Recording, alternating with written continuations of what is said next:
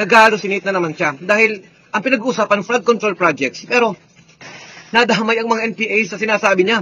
Kung meron mang bulletproof yung sasakyan ninyo na yung magagandang sasakyan, gamitin na ninyo. Sa dami na pagbaba sasakyan ninyo ngayon niya, dito, gamitin ninyo. Because I'm very much concerned sa iyong security dahil sa bibigat ng mga pinagsasabi nyo dito, hindi niyo alam, kahit na yung congressman na binanggit ninyo, walang interes sa buhay nyo. Mayroong gustong sasakay. Halimbawa, mga taga-kaliwa o mga NPA dyan, para guguluhin itong Pilipinas, aambusin kayo, tapos ituro doon sa mga congressman. Mga kababayan, ang usapin kahapon ay papaanong napasok na naman ang mga NPA sa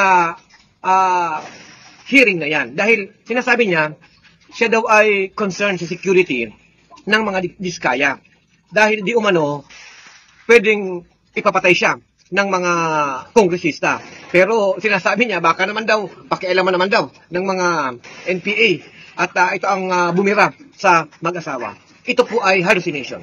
Ito po ay diversionary tactics ni Bato de la Rosa sa katotohanang maraming ninakaw sa kabangbayan ang mga kasapakat ni Diskaya, mga kongresista, mga senador at ahensya ng gobyerno. Huwag nang ililihis ang usapin sa tunay na nangyayari sa ating bansa. Imbestigahan ang magnanakaw, papanagutin ang lahat ng may kasalanan.